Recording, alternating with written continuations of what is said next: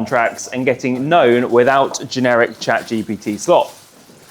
So I think we can all agree that AI has kind of commoditized everything. A lot of us are not even sure what is and isn't AI anymore, whether it's images, whether it's videos, whether it's posts on social media. Mike, can you speak up? Yes. You've got, you're looking at stuff and thinking, I don't know if that's AI or not. And it's kind of just this weird background noise that it's seeping into every part of everyday life. And 2025 was kind of a weird year for a lot of freelancers, a lot of consultants, business owners, and copywriters. I'm sure that most of us had that moment there at least once or twice. But the real fear isn't necessarily about AI itself. It's more around things like, why would anyone pay me? AI can do this in 10 seconds, so why would anyone bother to work with me when it takes me weeks to do a project? Am I about to become obsolete? And actually, does AI even do this better than me? And I think whether you are in copywriting, in consulting, in strategy, or coaching, or even just any business in general, those are all kind of the real fears. So first of all, let's talk about what AI is brilliant at. AI does stuff quickly. I don't care how quick a writer you are or how quick you come up with ideas, AI is going to beat you on the speed front. Volume. Copywriters are now expected to churn out huge amounts of work very, very quickly for the same or even lower fees than before. That can be an advantage as well. Like I work with clients now who before we might test 10 variations of an ad, now we can test 100. And my job because of AI is a bit easier for that. But at the same time, it's probably not a metric you want to compete on. And AI is very good at anything that requires generic competence. So it does stuff that is good enough. So in my mind, if it's great at that, then probably don't try and compete on any of those. So in the past, like when I worked with Dan Meredith, who's now at the back, when we had one of our first businesses, the hook was solid B copy, as in we'll write good copy and get it out quick. Now, AI basically does that same thing. So that kind of hook would not be the best one to use. But here's what you can compete on. He's a very smart guy, Daniel Priestley. If you don't know him, I would say you probably should. So start reading his books, following him online. But he has what he calls AI moats. So if you think of a castle, old-fashioned castle, had the moat around the outside to protect from invaders. What can we use to protect ourselves from AI? Well, we can have a trusted personal brand. We can have a unique content library. So linking back to the stuff that John was saying, the weird stuff that's unique to you. We can have a database of direct contacts. So AI can kind of give you a list of people, but it can't necessarily give you introductions to people. We can deliver an experience. AI, unless you absolutely geek out on stuff, is probably not going to be the highlight of your week, whereas we can have experiences, days like this, we can do cool stuff with clients, with customers, that kind of thing. And we can convene a community as well. Again, AI cannot do that. So that's kind of an overview of what we can compete on. And what I want to give you today is going a bit deeper into all of that and a little bit more as well. So I'm going to present you with 6 very real issues that AI has, and then specific practical solutions for each that we can use to actually get better paying clients, no matter what happens with anything AI related. So this will apply whether you are a copywriter, consultant, business owner, freelancer, whatever it is. So the first problem that I see with AI is actually the reverse of this idea here. So we've probably all heard of the notion that something starts as a bug, becomes a feature, and then becomes like an asset or a selling point, or as we've got here, by design. Dave gave an example earlier actually with mentioning Guinness. The fact that Guinness takes a long time to pour, initially that's a bug because you're in a pub, you want a drink, you want it poured quickly, but actually they then made that into a feature and now it's kind of a selling point of Guinness. Like Dave said, good things come to those who wait. It's the idea that when you wait longer for it, you get a better pour, you get higher quality. Another great example is Gmail. So when Gmail launched, there was a lag time between you hitting send and that email getting sent. Initially, people didn't like that. Then they realized, oh, what if I actually send an email and get the person's name wrong? Or what if I actually send an email and have a typo or admit something embarrassing?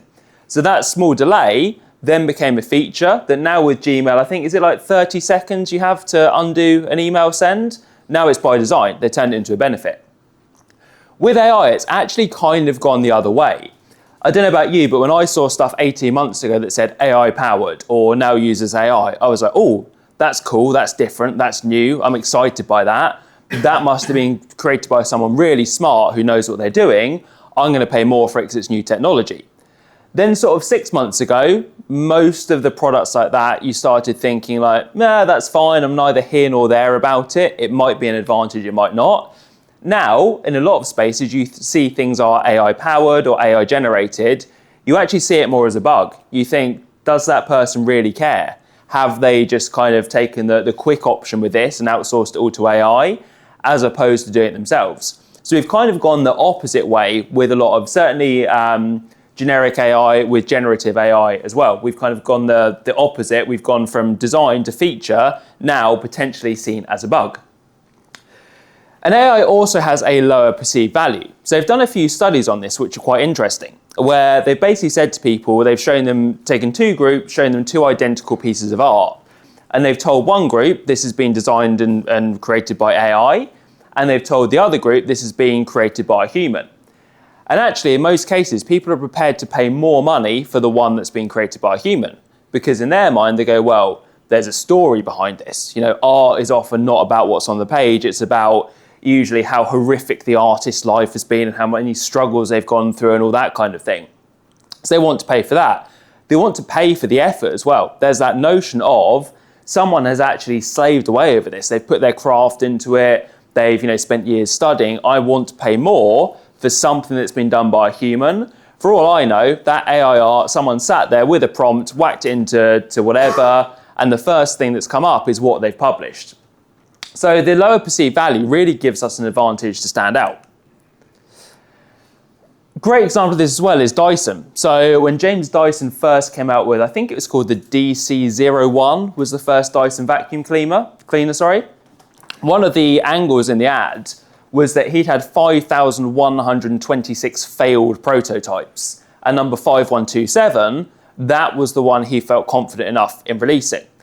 And that campaign absolutely crushed it, purely because people were seeing that going, if he's put that much time and effort into creating this vacuum cleaner, 5,126 have failed. That's a lot of money that's been spent, a lot of resources that have been used up. He's paid people, he's taken time. This number 5127 must be absolutely amazing. And that's because inherently we value effort. You'd have probably had it before, or actually, good example recently. I had to pay a solicitor for some stuff and I got the bill through. I was like, how on earth have they charged so much to basically send a couple of letters? But you look at it and you think, well, there were like 4 or 5 people working on it. They had multiple phone calls behind the scenes. How much time goes into someone studying at law school? Even someone who's at a lower level in the company has probably been through 4 or 5 years of senior education. And when it's broken down, you kind of go, all right, I'd still rather not have spent so much money, but I can kind of see it because I value the effort that's gone into it. So that's kind of where our advantage is with this, really. So your apocalypse survival strategy number 1 is, as the saying goes, show how the sausage gets made. So what I mean by that is a lot of people think, well, I'm a copywriter, I sell copywriting services, or I'm a strategist, I help businesses. And that's fine, but again, AI can do all of that. So why would someone look to hire you? Well, actually, if you can show them a glimpse behind the scenes and show them how much effort goes into things in the background, that's how you will stand out. So my way of thinking is, well, what can we actually do with this, right? So it's all well and good to say, show the effort that goes into everything, but how do we do that? You might have heard the phrase build in public. I'm massive on that. And I think a lot of people think, I need to make sure this is 100% right before I get it to market because I've got one shot at this. And if I fuck up, that's it. Actually, it's the exact opposite. Especially now, and especially if you've got a small to medium-sized business, and especially if you're putting yourself out there on social media, building in public is absolutely massive. And there'll be a few of you in here that are probably bored of me saying this guy's name because I always reference him. There's a fitness trainer called David Hatt, and he does an amazing job with this. His core program is one called, I think it's a 12-week peak that he releases every single summer.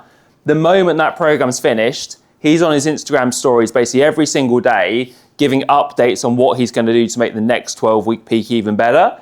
And it's the perfect example of building in public. It's that idea that he creates top-of-mind association for a summer fat loss transformation from the moment he's finished the last one. And people see, oh, David's not just going to, rinse and repeat this same thing next year. He's not going to get to a week before the challenge opens and start promoting it. I can see that he's adding new workouts. I can see that he's hiring new coaches. I can see he's having a team meeting with people to make sure they've got even higher success rates. So build in public. That's why I'm bad at doing this consistently, but I will try and do Instagram stories now that shows like the slides I was making for this, that shows things like doing copy critiques, putting together new courses. The more you can do that, the better. So show the process. Dave mentioned about like, it's okay to not be perfect, and actually admitting a flaw can be a massive strength. Showing people what breaks as you do it is huge as well. You know, people, if you say I've got the perfect product and nothing has ever gone wrong with this, people are skeptical. If you show them, oh, we tried this and it didn't work, that's when people go, oh, okay, so if that person's prepared to admit that, when they put out the finished version, I know it's going to be really good. So yeah, show the process, embrace your failures. Like I said, Instagram stories are actually really good for doing this. I know a lot of people in here aren't on social media, don't want to use it. I don't think you have to do that at all. I think you can do it through an email list. I think there are other ways to do it. Like if you want to do stuff like get up on stage to sell yourself or go to local networking events, you can still do kind of this. You could do a presentation for local businesses about your method and talk about the failures, the processes that went into it. Don't get up there and pitch yourself. Get up there and talk about all the shit you've been through the last few years that's enabled you to now come up with what you have. So showing people sort of what happens behind the scenes is something that's going to massively help you stand out from AI. So how to execute day in the life stuff as well. We kind of laugh at the cringy day in the life videos and blogs and that kind of thing. But if there's a strategy behind them and if there's a purpose, they can actually be really useful. From a personal branding standpoint as well, which I'll talk about later, again, that stuff, provided you're positioning yourself in the way you want to be perceived, amazing. Behind the scenes content as well, things like debriefs. So a guy called Paul Moore, I read his email yesterday, he'd included a debrief for the first month of the year. It was what his goals had been, what went well, what didn't go so well, what he's working on for next month. We could all do that, publish it on social media, publish it to an email list, even send out to clients you're already working with, that kind of thing. It's interesting. And again, it shows the process. It shows that you care about what you're doing. Public goal setting as well. Don't be afraid to publicly state your goals and also document your failures as well as your successes. So let's move on to problem number 2. And that is that a lot of AI basically sounds exactly the same.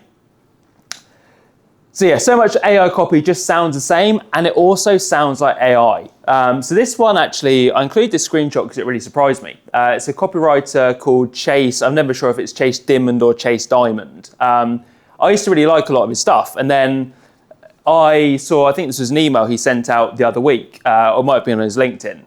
But most welcome series are 3 emails. Discount code, brand story, bestsellers, done. That's not a welcome series. That's a missed opportunity disguised as automation. Like those first 3 sentences, people in here are laughing because it's so obviously AI that you know there's no effort gone into that whatsoever. Like it doesn't even sound good in my opinion. It's very, very formulaic. And automatically that made me look at it and go, I used to think this guy was a bit of an expert, and now I'm like, I just don't know.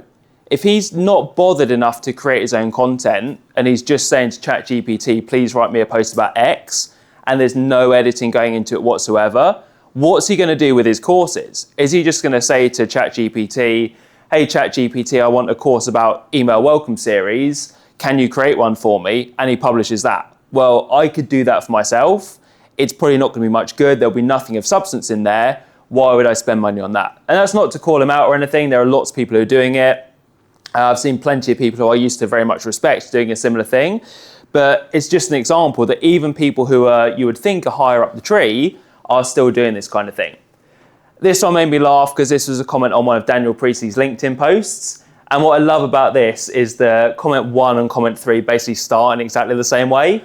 And I just want to know what went through the head of the second person if they'd already seen the first person's here.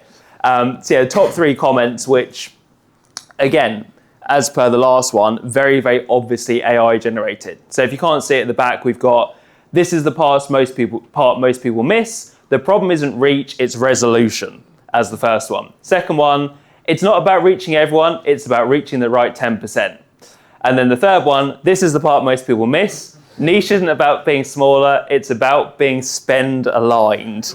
Now, honestly, if you've ever used the phrase spend aligned in real life, then yeah, I don't know what you're doing, but none of those sound human at all. And there are obviously ways where we can create copy with Claude, with ChatGPT, whatever, and then edit it.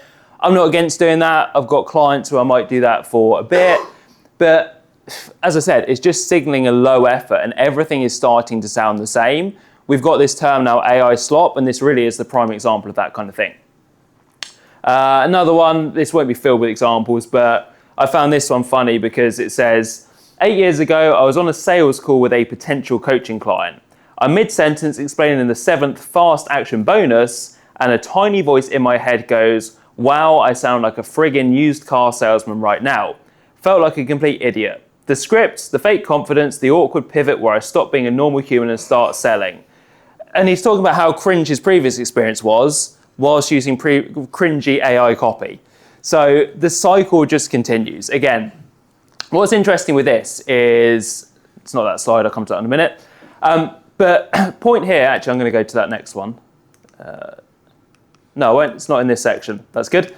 We'll cover this later anyway. But what I'd say is smart clients, and you likely want smart clients, can tell in seconds if you're using copy for your AI, your content, or just your work in general. Now, it depends who you work with. If you are doing stuff that's a bit more tech-based, if you're doing things like John talked about earlier with the AI agents and that kind of thing, obviously, this doesn't apply. Those clients want you doing stuff like that. And I've kind of taken a look at a few copywriting applications recently, and they will ask you, how do you use AI in your process? And I think it's totally fine to say, I use it for idea generation, I use it for research, I use it for refining and editing. Even like I use it for variations. I use it to give me a load of subject lines so I can pick the best one. But ultimately, clients are now starting to realize that actually AI copy sounds like AI copy. The more AI gets fed, the more it kind of builds off that. So if everything starts to sound like AI, it just gets worse and worse, like the wheel keeps turning. And I'm not going to say that that's always going to be the case, because we might end up a couple of years down the line with AIs that truly sound very, very authentic and you literally can't tell. And I know there are people much smarter than me building bots and agents and those kind of things, which are starting to do that a bit more. But certainly in the here and now, it's getting super obvious to spot. And like we said at the start, people then link that back to low effort. So AI apocalypse survival strategy number 2 is write it your fucking self. So ask yourself, when you are using AI, does this actually sound like me or my client or a human? A lot of this stuff just doesn't. If we look at this kind of stuff before, especially things like, where is it, that one? Yeah, no, it's not a welcome series, it's a missed opportunity disguised as automation. You would never say that in real life. You know, the whole, it's not about this, it's about that. Again, it's just not naturally how humans would speak. So you want to run that test when you do something like that. Does it pass the bell-end test? Do I sound like a bellend when I say it out loud? If so, probably don't include it. We need to start going back to that idea that the way you write should be similar to how you speak to someone if you're sitting across from them, having a beer, having a coffee. Not everything is going to be the same, because obviously with copy, we get sort of words at the start of sentences, like you might start with now and then go into something. That's the typical one I use. But for the most part, it should sound like natural, normal human conversation. And also, one thing I'd say is, are you certain that what AI gives you is better than you could write yourself? Because one thing I've found is that people start deviating to AI, and it's almost like their brain then turns off from writing good copy. And that would be just because, kind of like a muscle, it gets a bit lazy. And you have to then spend some time writing without AI to get back to being able to do it yourself, so to speak. So don't just assume that because a machine did it, it's better than you could do writing from scratch. It takes longer, but again, that's why for me, I wouldn't ever have more than a certain number of clients at one time. I wouldn't overload yourself with projects. I would take on people who want human-centric copy. That in itself sounds like AI, but they want copy that sounds like them and is more quality than it is quantity.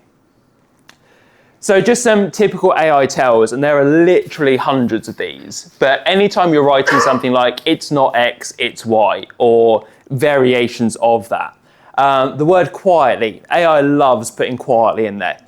I quietly built my business in the background. I quietly put my slides together when no one was watching. Lean in as well. When you say this, clients lean in. Probably not. The brutal truth, the harsh truth, anything like that. Here's what most people miss. Here's what most people don't realize. A lot of passive voice as well. So people might say, if business feels harder than it should. Whereas, you probably wouldn't say that. You'd say, if your business feels harder than it should. Or if you've been struggling in business, for example. So watch for any passive voice like that. Triplet wording, which is the 3 words, or 3 very short bullets after each other. Something like the results are in, or the truth is clear, colon, and then giving the result. And like I said, like 23 bajillion more. So what I'd say is learn them. This is why a 5-minute daily scroll on LinkedIn is really useful, because go on LinkedIn, look what people are doing, and just don't do any of that. That's probably the hack for this one. You can give AI this as well, but it's still not the best at getting rid of all of them. It will find other workarounds, and then it will use those workarounds more and more. So yeah, that's the basic level of this. Just get to know them and then try and cut them out from your writing. That was the slide I wanted to show. So I see this kind of like a pyramid in terms of 3 levels of awareness here. So you can go from top to bottom or bottom to top. Let's go top to bottom, but the top level would be people who work in marketing. So copywriters, consultants, strategists, media buyers.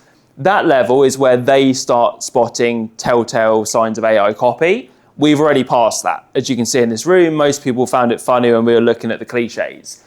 The middle level is, I would say, business owners, solopreneurs, not necessarily in marketing, but maybe coaches, anything around that. We're kind of at that level now, where most of those people are noticing AI stuff creep into copy. The bottom level is general public. So, Doreen and Derek, who are subscribed to gardening newsletters, for example, they won't notice that at the moment, but give it 12 to 24 months and they will do. So even if right now you're getting away with AI copy either for your audience or for your clients, a year or 2 down the line would have definitely come to the bottom of that pyramid, and that won't be the case anymore. So my advice would be get ahead of it while you can. Next problem with AI, and I love an early 2000s British comedy gif in every presentation, would be that AI is seen as competent, but it's not an expert. And you'll have heard me speak for a few years now about, I think if you want to have a good business where you don't need a ton of clients, you can charge higher fees, all that kind of thing, you can't be a generalist, you have to be some kind of specialist. And to prove that, I've got a short video, which hopefully the sound will work. It's 30 minutes away. I'll be there in 10. That's not coming out, is it? Oh, is it from that speaker, was it? Oh.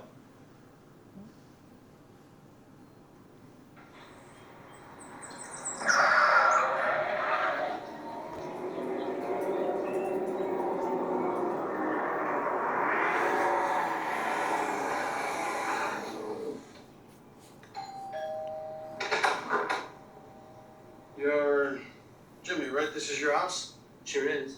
I'm Mr. Wolf. I solve problems. Good, we got one. So I heard. May I come in? Yeah, please do. You must be Jules. Should make you Vincent. Let's get down to brass tacks, gentlemen. If I was informed correctly, the clock is ticking. Is that right, Jimmy? 100%. Your wife, Bonnie, comes home at 9:30 in the a.m. Is that correct? Uh-huh. I was led to believe if she comes home and finds us here, she would appreciate nothing too much.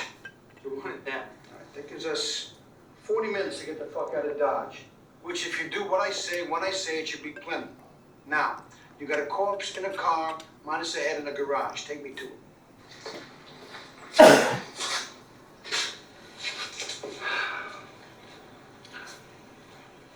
Jimmy? Uh-huh. Do me a favor, will you? Put this mud some coffee back there. Would you make me a cup? Yeah, sure. Oh, how do you take it? Lots of cream, lots of sugar. About the car, is there anything I need to know? Does it stall? Does it smoke? Does it make a lot of noise? Is there gas? Is there anything? Aside from how it looks, the car's cool. Positive. Don't get me out there on the road. I found out the brake lights don't work. Hey man, as far as I know, the motherfucker's tip top. Let's go back to the kitchen.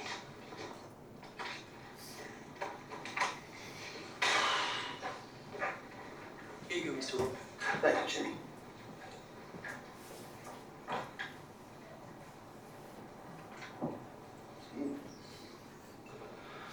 Okay, first step, you two. Take the body, stick it in the trunk. Now, Jimmy, this looks to be a pretty domesticated house. That would lead me to believe that in the garage you're under the sink, you got a bunch of cleaners and cleansers and shit like that? Yeah, Mr. Wolf. Good. What you two fellas to do is take those cleaning products and clean the inside of the car. I'm talking fast, fast, fast. You need to go in the back seat, scoop up all those little pieces of brain and skull. Get it out of there. Wipe down the upholstery. Now, when it comes to upholstery, you don't need to be spick and span. You don't need to eat off it. Just give it a good once over. What you need to take care of are the really messy parts. The pools of blood that I've collected, you gotta soak that shit up. Now, Jimmy, we need to raid your linen closet. I need blankets, I need comforters, I need quilts, I need bedspreads. Thicker the better, the darker the better. No whites. Can't use them. We need to camouflage the interior of the car. We're gonna line the front seat and the back seat and the floorboards with quilts and blankets. So if a cop stops us and starts sticking his big snout in the car, the subterfuge won't last. But at a glance, the car will appear to be normal. Jimmy, lead the way. Boys, get to work. Please would be nice. Come again? I said a please would be nice. Get it straight, Buster. I'm not here to say please. I'm here to tell you what to do. And if self-preservation is an instinct you possess, you better fucking do it and do it quick. I'm here to help. If my help's not appreciated, lots of luck, gentlemen. No, Mr. Wolf. It ain't like that. Your help is definitely appreciated. Mr. Wolf, I don't mean disrespect, okay? I respect you. I just don't like people barking orders at me, that's all. If I'm curt with you, it's because time is a factor. I think fast, I talk fast, and I need you guys to act fast if you want to get out of this. So, pretty please, with sugar on top, clean the fucking car.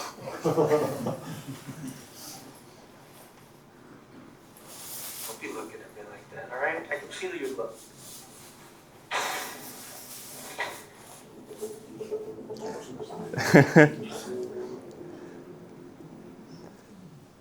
So the reason I include that is because, albeit that film was obviously before we had AI, but when people have got problems, they still want a person to solve them. To be fair, I would actually quite like to see Pulp Fiction redone in the age of ChatGPT, but I think even so, Jules and Vincent would still have gone to Winston Wolfe to help solve that problem. Obviously, hopefully, none of you will ever be in a situation that involves dead bodies in cars, but you will likely be in situations where people have problems that they need solved. So solution number 3 is to become a problem solver. So clients often don't even know what questions to ask when it comes to their offer. They come to you, they know they want to sell more, they know they want to get more leads, get more people on their email list, have more referrals, whatever it is. And in their mind, they've probably got a way to fix that, right? They probably just think, well, I'll hand it to a copywriter, I'll hand it to a consultant. But what you need to do is start interrogating them. A lot of clients will think we need a sales page, we need better emails. And they may do, but they also may not. So in my mind, the more you question them, and Dave alluded to this earlier with things like the questionnaire, but you can also start changing the frame. You start becoming the problem solver, you start becoming the expert. So establish yourself as a bit of a fixer. If you can, find a core problem that you solve and double down on that. Someone who I think has done this very well is Troy Erickson. So Troy was just a copywriter, then he was an email copywriter, and now he's kind of known as the email paramedic. So he fixes people's deliverability issues. He's found a problem that a lot of course creators, marketers had, which was my emails are going to junk or they're ending up in the promo tab. And he was like, well, I'm going to learn how to fix that. I'm going to position myself as the guy for fixing that issue. So have a look for specific problems in your market and don't just think, oh, a lack of sales, a lack of leads. Go a lot deeper than that and ask, right, what actual specific problems has my ideal client got here? An exercise I really like for this is to imagine going through a day as your ideal client. So what happens when they wake up? What do they do? What's the first problem they have? Is it something with payments coming through on Stripe? Is it something with deliverability? Is it refunds? Is it people cancelling subscriptions? Go really deep on it, list out all the micro problems they have and ask yourself, which ones of those can I solve and which ones of those do I want to solve? Also, bonus points, got this from the video, hold the frame as well. Winston Wolfe had his expert frame. He knew what he was doing. He didn't ask people for their advice, their input. He didn't say to him, like, how do you think we need to get this brain and skull off the interior of the car? He was like, I've got a process. You need me. If you're going to give me back chat, I'm off. I don't need that hassle. There's other people who will pay for my services. So think Winston Wolfe, just maybe drop it back like 20%. The next problem I was going to talk about is that AI thinks linearly, not laterally. So AI doesn't think laterally. And it doesn't matter how groundbreaking your prompts are, how much you attempt to train AI, or whether you say things like, I want you to work as a world-class strategist, or pretend you're Alex Hormozy. Like, it amazes me the number of people who think that's some sort of incredible hack they've just discovered. But AI will only work with what's already out there, and it will only work with what you give it as well. So there are ways you can kind of step your game up, so to speak, in terms of get it to ask you questions. So, for example, in Daniel Priestley's latest book, he talks about if you don't have an idea for a business, go to AI and say, act as a strategic advisor, ask me questions that will help me uncover what I should do as a side hustle or what I should do as my business. And it can quiz you on your interests, what you're good at, your skill set, the kind of social proof you've already got, all that kind of stuff.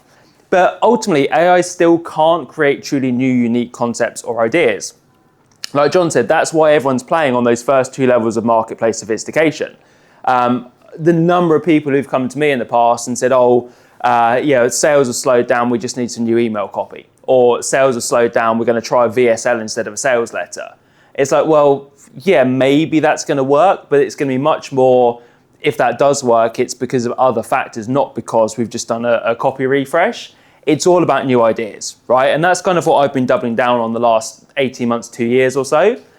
So apocalypse survival strategy number 4 is develop your creative mind. So start looking outside the box. I had a conversation the other day with someone who a few of you may know, a really switched on guy called Brad Spencer.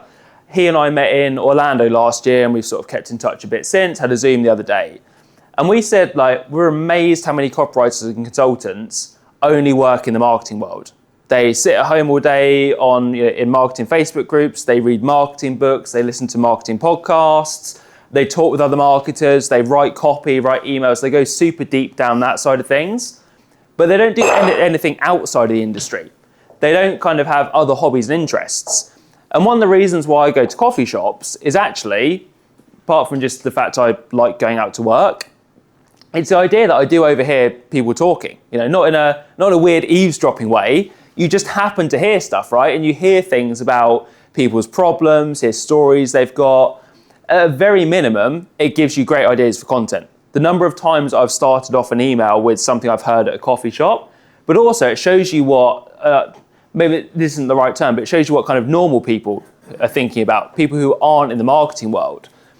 As much as I'm a fan of reading marketing books, studying copy, having a swipe file, all that kind of stuff, so much other stuff goes on outside of the marketing world. If you're not aware of that, it's really going to limit kind of what you do.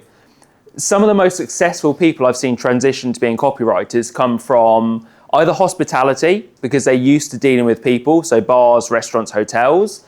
There have been people who've been performers. So a lot of you will know John Holt was a magician.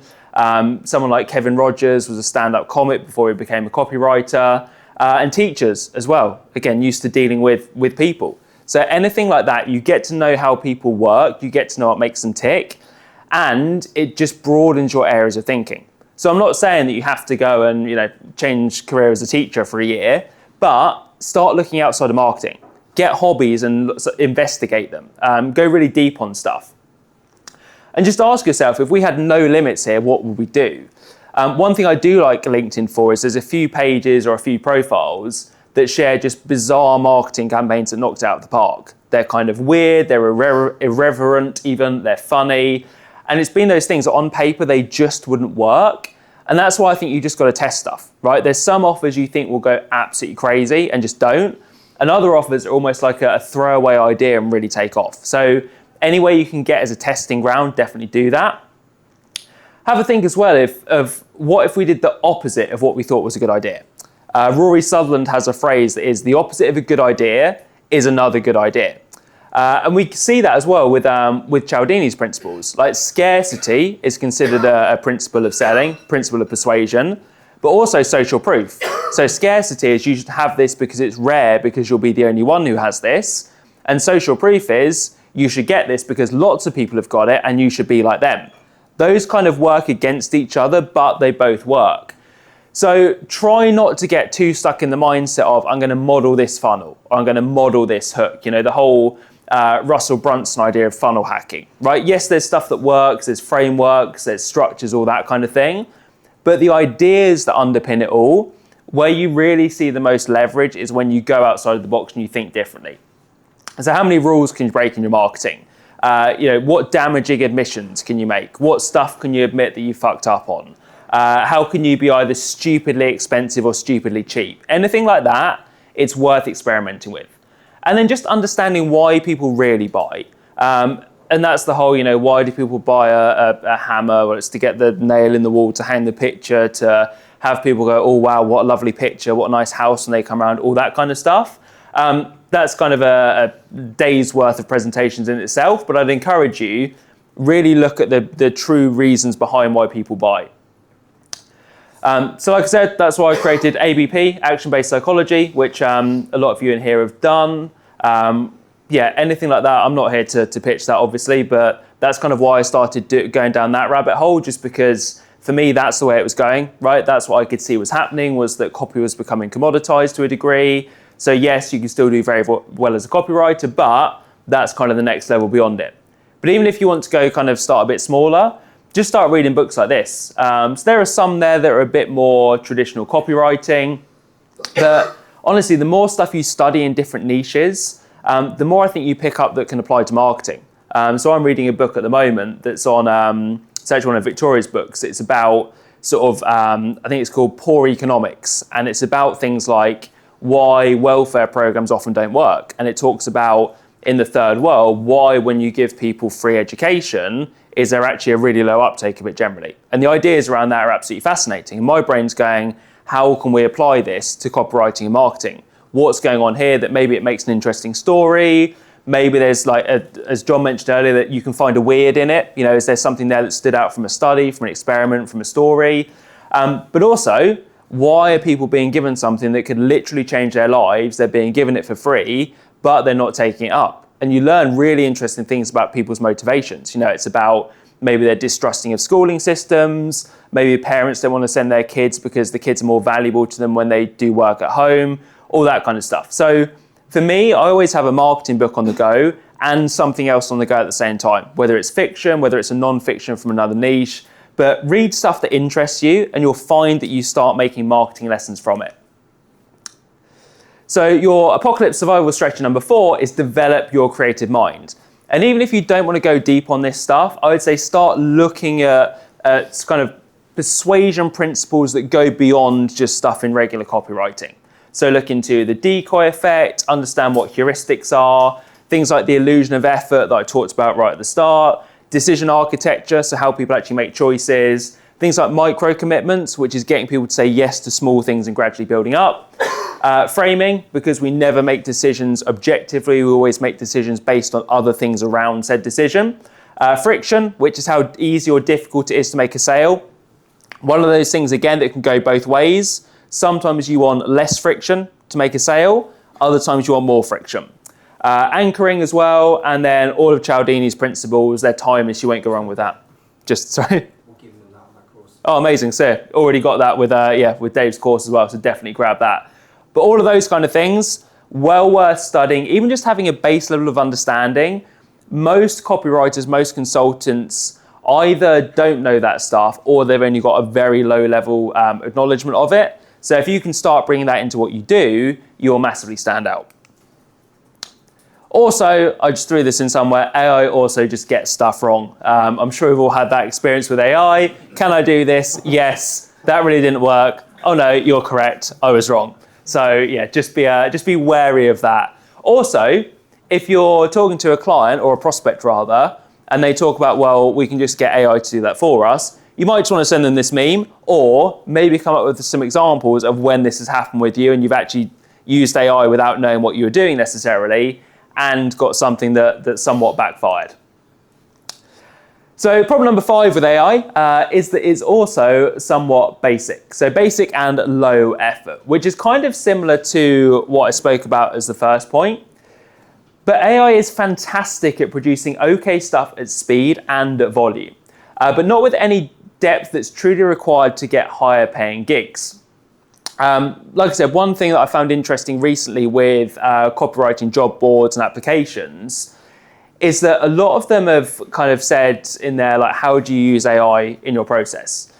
They've wanted people who understand the limits of AI as well as the benefits of it, who've maybe used it for the stuff that takes time, but for the stuff that really matters, they've been doing it themselves. So a really good example of this, I started working with a new client October before last, and initially, that first sort of 3 to 4 weeks with a client, a lot of it might be research. So for this client, I had like 3 PDF copies of his books. I had about 5 or 6 webinar transcripts he'd done. I sort of compiled 6 months worth of social media posts and emails. And in the past, I would have probably read through those books. I'd have tried to read them quickly, but I'd have read through them. I'd have spent a few days when I was out on walks listening to podcasts and that kind of thing. As it was, I could put it all into AI and say, can you give me a breakdown? And I asked it for things like top 20 things he stands for, top 20 things he stands against, his most commonly used phrases, like his mechanism for getting results. And within half an hour, we had a massive document like that I could work from. That's the kind of thing you want to be using AI for, because you don't need to be overly switched on. You don't need to be overly aware to do that kind of stuff. As long as you trust AI enough to pull out the good bits, that can work for that. But the writing stuff, I still write 90% of that from scratch because that's what's needed.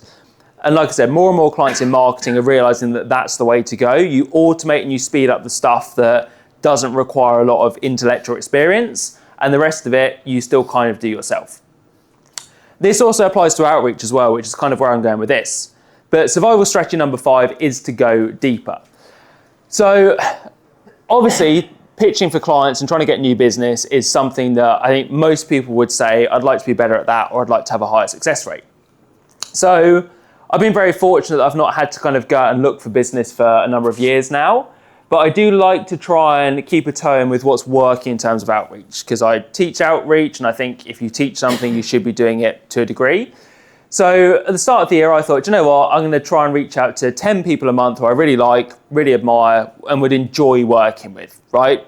Pay kind of doesn't necessarily matter, but who would I like to work with and have fun inside their business? So this is literally an N=1 example, because this is the first person I've done it with. But this is a woman who Victoria introduced me to, actually, she's a personal branding expert on LinkedIn. Got about 250,000 followers. And Victoria was listening to one of her weekly live broadcasts. And I thought, she sounds switched on. I like her vibe, like her style. She's saying a lot of good stuff. I had a look at her website and thought, she's selling a course here. And there's a lot of stuff on the sales page that I think could be better. Like, it does okay, but she's selling it very cheaply. I think for her positioning, she should be selling that a lot more. I'd seen bits on LinkedIn about how many copies she'd sold as well. And I thought, for the audience size, I'm not sure that's particularly great. So what I did was I listened to a bit more. I listened to her on a couple of podcasts, got an idea of her vibe, that kind of thing, and also heard her say, if you want to pitch someone, just go for it. And she said, send them a voice note, because that's a bit different. So I thought, okay, we'll put this to the test. And so I didn't do a voice note, but I did a video and got up her sales page. And I said, I started off by telling her how I'd come across her, the fact it was Victoria who discovered her and I liked her stuff. I went through kind of things I liked about the sales page, and I was genuine about that. I said, look, you've got amazing social proof here. There's this, that, and the other, all that kind of thing. And then I said, look, you've probably already thought of this, and you may have even tested it already, but here's a couple of ideas that I had.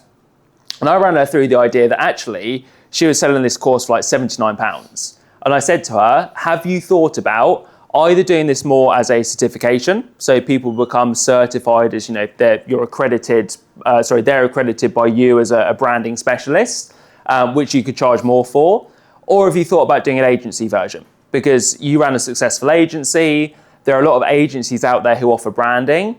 I said you could sell it more as a license. That's like a 8 grand, 10 grand, 15 grand offer. There's a lot of scope with that. And look, you might not have any time at all for this right now. You might think it's an awful idea. You might already have people on your team who are doing this for you, so I don't want to tread on any toes.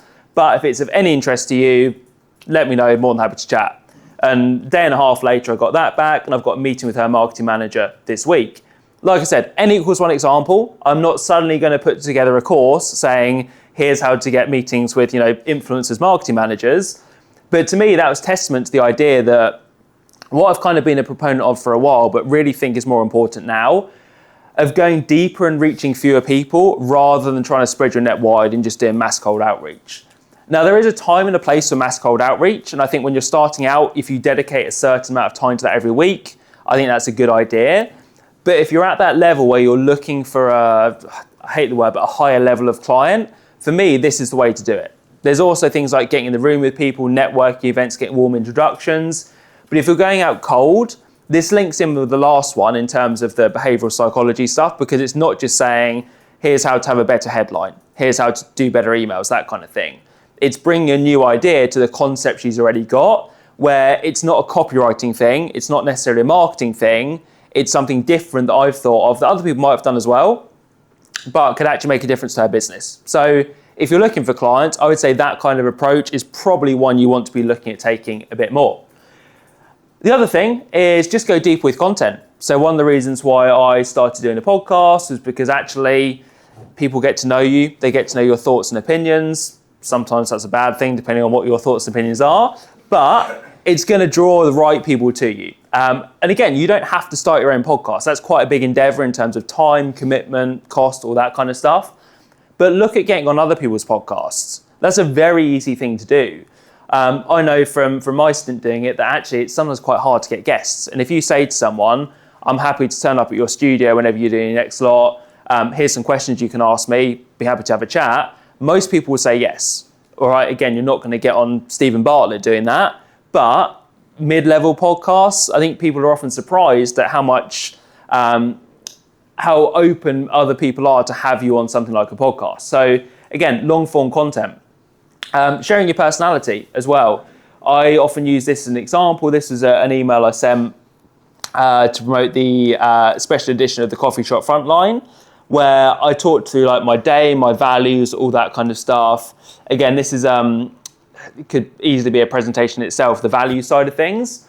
But try and make sure that people you want to work with know those values, that they understand what you stand for, what you stand against. One thing I always get people to do whenever I present to business owners, coaches, whoever, is talk about, and I learned this from John back in the day, but write out a list of your values. So have like a top tier of values. So for me, it's things like financial freedom, locational freedom, time freedom, all that kind of stuff.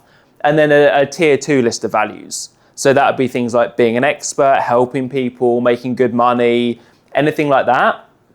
And I try and make sure that through stories, that then comes across in my content. Again, this one was just for the fact that I talk about sitting in my health club, the time I'm working because I want to, what I've done that day, had a workout, chilled out a bit. The whole idea being that I kind of do my day how I want to. I don't take things too seriously, but there's still that idea that, there's some success stuff in there, all that kind of thing. So if you're publishing content that is just advice or just tips or just very surface level, really try and get deeper and think, right, what separates me as a person, not just what am I doing in business that's different. So apocalypse survival strategy number 5 is go deeper. The antidote to the problem of low effort is a high effort solution. Anyone who's on LinkedIn, you might have seen this going around the other day, but there's a guy, I can't remember his name, but he runs a massive copywriting agency.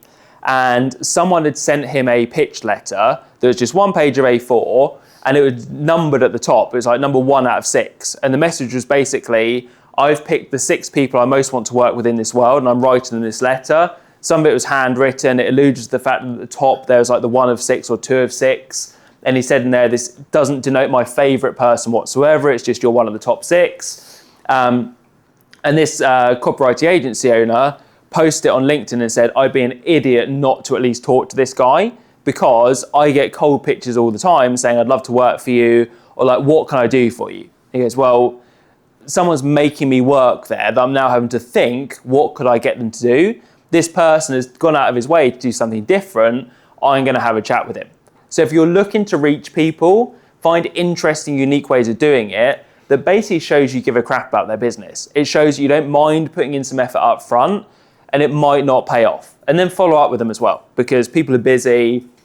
That first pitch is probably not going to get seen or read, or if it does, they don't owe you anything. They're not necessarily going to get back to you. So keep that momentum going. Again, I'm not like a cold outreach guy, but I do think more and more, if you're going to do it, take more time per person and do less outreach overall. And then problem with AI number 6 is that actually there's no human connection. We want to spend time with people. I don't care how introverted you are or how great AI output can be. Much like wanting other humans to fix problems, we also want people just to spend time with.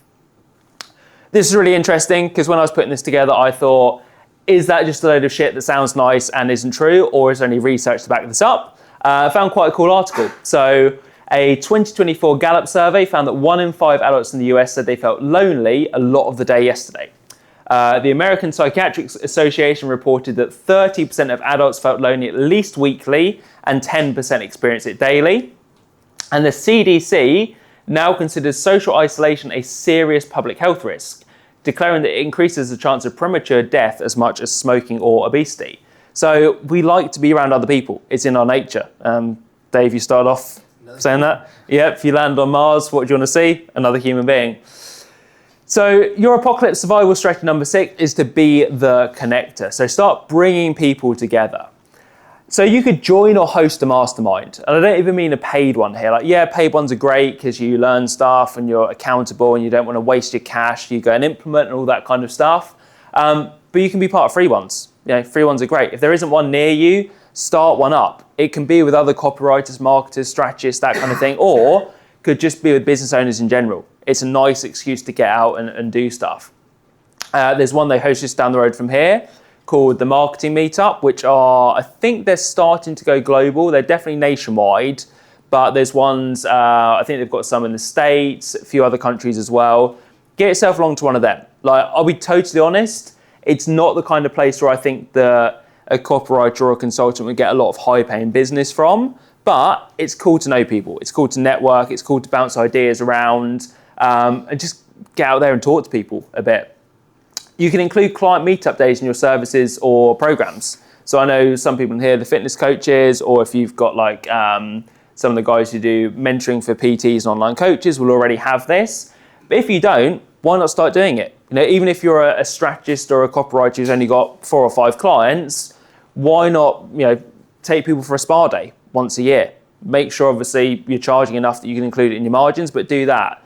Take people for dinner, have a cool experience, hire a private chef to bring people together. That does a lot of things. It also increases reciprocity. It makes people feel like, again, you actually give a shit about them as a client, not just someone who pays you money every month, but it gives the human connection. They could then start outsourcing their stuff to AI, but AI is not going to take them out for dinner. At least not yet anyway. Although, what was that? Was it Joaquin Phoenix, the film years ago? Her? Yeah. Has anyone seen that? Yeah. Probably not too far from that. But for now, AI can't take them out for dinner. Make a habit of introducing people to other people.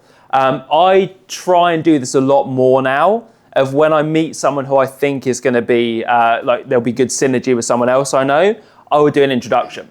So interesting story, I was at a mastermind in Texas in September, and I just happened to overhear someone from the Cialdini Institute saying to another person at the event, I would love to meet this person. And it just so happened the person they were talking about was a client of mine. So all of a sudden, I could introduce them. They both got something from it. Now I'm seen as the connector. So just by being in rooms, you can have that to you. People, when you do that, they want to give back to you. They see you as far more useful. And it's personally possible to make a very good living just from introducing people and connecting them. That's not what I'm here to promote, because I think that's a whole different skill set in itself. But I've got in brackets there Chris Reynolds to remind me of a guy, he's actually in one of the masterminds I'm in. His whole thing, he's got a very clever business. So he started off a podcast where he wanted to interview 100 six-figure founders. He did that. Then he said, I want to interview 100 seven-figure founders. did that and is now on 108 figure founders, and he's working his way through that list. His contact book, as you can imagine, is absolutely insane. For example, at the mastermind that I was at in September, he hosted his extra mastermind in the evening, which was to have a dinner with someone he'd interviewed previously, who was Jeff Hoffman, who's founder of Booking.com, and they charged $1,500 a ticket and 15 people went along. And Chris split that revenue with Jeff Hoffman. But he also had someone in his network who was selling like, I don't know how much it was, but like 4 tons of a certain grade of steel. He managed to connect 2 people. That turned out to be like, I think it was about a $15 million deal. And he got a 2% commission on it, just for saying to people, you should talk to each other because you might want to buy some steel and you're selling some steel. Obviously, that's a pretty rare example, but that's the kind of thing that can happen when you get used to connecting people and when you build that network. That's again why I do days like this and why I think everyone there's in the room today, aren't they? Yeah. Dan, James, Josh, Luke and Brett. So yeah, we had a day for the ABP Elite Day, Richard Shotton as well. So just doing days like that, if you can do it within your programs, definitely worth doing. Again, you know, even if you're the kind of person who, like me, you're typically a bit more introverted, you know, it's just a good thing to do. So AI can do a lot, but it can't beat a strong personal brand. And that's why I'm so big on sharing your opinions, documenting the failures. You know, not everyone's going to like you, and that's okay. If everyone likes you, you're probably doing something wrong. So just be yourself. Like, it's very cheesy, very influencery, but that, along with being good at what you do, can take you a long, long way. And that's why I do things like I speak about the ultra running. Some people probably think it's just boring as anything, but it's something I'm passionate about, so it makes it into my marketing. And that's why, even though it was, 3.5 years ago, that's still my pinned post on Facebook. Because to me, that's amusing. Like, some people will look at that and think, that guy's not serious. You know, why doesn't he have,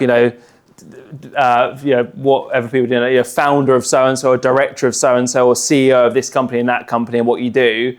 And like, because that's not what I'm about. That's not one of my values.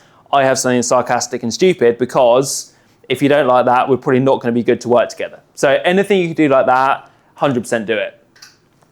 And you will always have business and be paid well if you're easy to work with, you're fun to be around, you have an ideally published, so newsletters, social media, wherever, ideas, insights and views that other people don't have. You deliver on time, or ideally you over-deliver and do that early. You compete on what you can compete on. You use AI smartly, because I'm not against AI whatsoever. I think just use it in the right ways. You're known for a particular skill set or ability. People feel like you actually give a shit about them and their business. And as weird as it sounds, you're useful. People like useful people. They'll introduce you to others. They'll pay you themselves. And that's basically all I've got for you. So hopefully that was useful. Any questions? Thank you very much.